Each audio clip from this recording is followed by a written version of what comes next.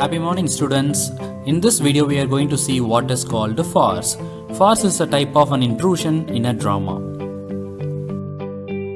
Farce is an exaggerated form of comedy, not attempted, it's made at fidelity to real life. It aims is to provoke hearty laughter. It is a lively caricature, not a representation of things. It belongs to the realm of nonsense.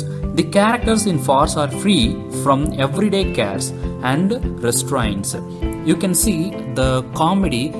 There is no reliability to life.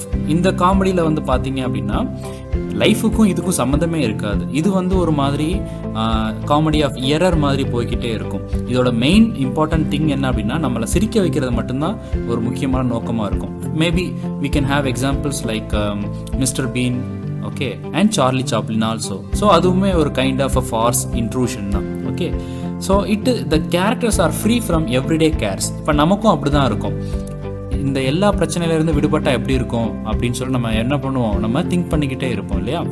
Even என்னதான் வந்து பிரச்சனை இருந்தாலுமே இப்போ டிவியில் வந்து நமக்கு பிடிச்ச ஒரு ஃபேவரட்டான நம்மளுடைய படம் போடுறாங்க அப்படின்னா, ஒரு ஃபிலிம் வருது அப்படின்னா நம்ம என்ன பண்ணுவோம், எல்லா கவலையும் மறந்துட்டு அதை பார்க்க ஆரம்பிச்சிருவோம், ரைட்டா. So that is a kind of an intrusion. The word farce came from Latin word. It is from Latin word. லாட்டினில் இதுக்கு மீனிங் என்ன அப்படின்னு பார்த்தீங்கன்னா டு ஸ்டஃப். அப்போ டு ஸ்டஃப் ஒரு இதில் வந்து இணைக்கிறது. Okay, so that is the meaning of the word farce in Latin. It developed from Latin. Thus, an expansion in the church liturgy was called farce. Later in France, farce meant any sort of extemporaneous addition in a play, especially comic joke. So ஆரம்பத்தில் லிட்டர்ஜியில் வந்து இருந்த ஒரு type வந்துட்டு போக போக என்னாச்சுன்னா ஒரு separate comedy, ஒரு ஜோக்ஸாக வந்து மாறிடுச்சு. எப்போ அப்படின்னா இந்த late 17th century, the term was used in England to mean any short humorous play, as distinguished from regular 5-act comedy. The word new refers to any play which evokes laughter by such devices of low comedy as physical buffoonery. So physical buffoonery and low comedy அப்படிங்கிறது நம்ம கிளாஸ்லேயே பார்த்த மாதிரி நம்மளை ஒரு சிரிக்க வைக்கிறது தான் அதோட மெயின் நோக்கம். ஸோ ஒரு லைக் ஒரு ஜோக்கராக இருக்கலாம், இல்லை ஏதாவது ஒரு ஃபன்னி திங்காக வந்து இருக்கலாம். அது it can be an animal also. ஒரு சில படத்தில் வந்து அனிமல் பேசுகிற மாதிரி கூட வந்து வச்சுருப்பாங்க இல்லையா. ஸோ அதெல்லாம் வந்து unreal things, but it has happened in a film to make us laugh. Okay, so it is a comic interlude inserted into main play. So அதோட மீனிங் டு ஸ்டஃப் அப்படின்றதுக்கு ஏற்ற மாதிரி என்ன பண்ணியிருக்காங்க, மெயின் பிளேயில் வந்து என்ன பண்ணியிருக்காங்கன்னா இந்த காமிக் ஸ்டஃப்பை வந்து இன்க்ளூட் பண்ணியிருக்காங்க. So that's called farce. It is declined due to the rise of sentimental comedy. So later இந்த farce அப்படின்ற ஒரு டைப் வந்து என்னாச்சுன்னா டிக்ளைன் ஆக ஆரம்பிச்சிருச்சு.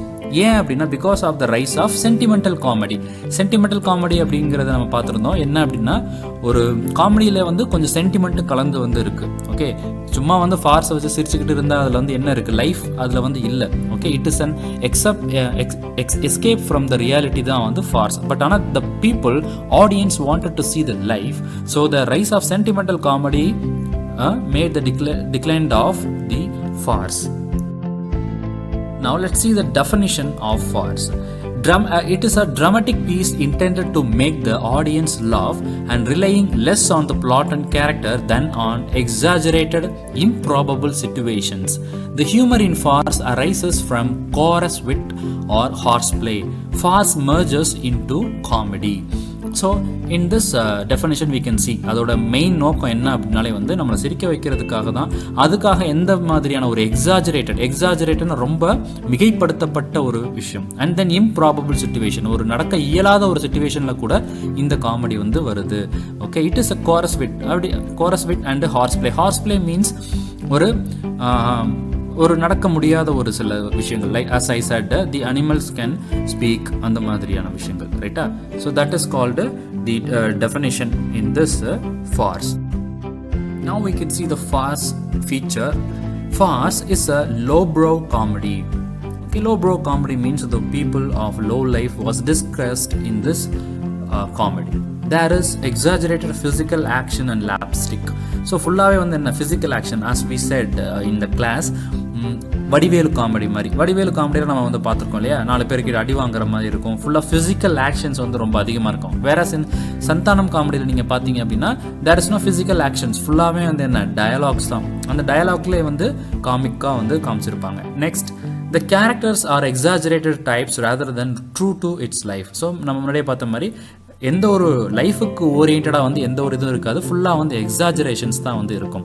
And then it is full of absurd situation and improbable actions. So the situation itself is absurd அப்படின்றத நம்ம வந்து பார்த்துருக்கோம் இல்லையா, அப்சர்ட் ட்ராமாலே வந்துட்டு.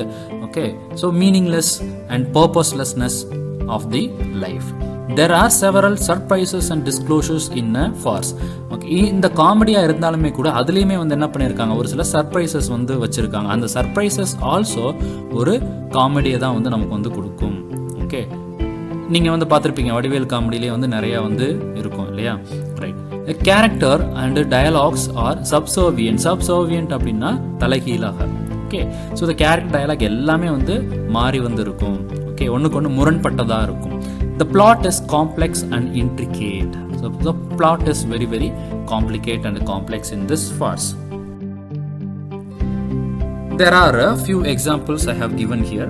For an example, first one is Shakespeare's Comedy of Errors is almost entirely farcical, but many plays which are not farces, such as Twelfth Night, contains farcical element. Twelfth Nightல பார்த்தீங்கன்னா farcical element மட்டும்தான் இருக்கும். எந்த இடத்துலன்னு பார்த்தீங்கன்னா, example the mock duel between Viola and Sir Andrew. The term farce or force comedy is also used to the plays like Oscar Wilde's importance of being Earnest. And then ஷேக்ஸ்பியருடைய midsummer night's ட்ரீம்லேயுமே வந்து இந்த Phars வந்து இருக்குது. The importance of being earnest for the exaggerated character types and ludicrous situations. Farce is also the frequent comic tactic in the theatre of the absurd. The best example of farce in the English playwright Brandon Thomas' Charlie's Aunt, which was published in 1892. So these are the example for farce. Okay, farce அதுக்கு வந்து ரொம்ப முக்கியத்துவம் வந்து இல்லை. இது just an element in a drama. It is not a type of drama, but just ஒரு kind of a intrusion, ஒரு இடையீடு தான். ஓகேவா, அதுதான் வந்து ஃபார்ஸ். ஓகே, ஸோ இது வரைக்கும் நம்ம வந்து நிறையா செகண்ட் யூனிட்லேயே வந்து நிறையா விஷயத்த வந்து பார்த்துட்டு இருக்கோம். Okay, Phars and then one act place, tragedy, comedy, tragedy comedy and all. So இதெல்லாம் வந்து கொஞ்சம் கவனமாக வந்து நீங்கள் வந்து பாருங்கள். நீங்கள் உங்களுக்கு எப்போ ஃப்ரீ டைம் கிடைக்குதோ kindly please watch the lecture, because I told you in the class literary forms and criticism is the basic foundation for literature. சரிங்களா? மற்ற சப்ஜெக்ட் லைக் ஹெல்லஸ், ஷீ இதெல்லாம் வந்து நீங்கள் வந்து ஸ்டோரி மாதிரி நீங்களே படித்தா புரிஞ்சுக்கும். பட் இது வந்து அந்த மாதிரி இருக்காது. Okay, so I want you to watch the videos of my lecture. Thank you.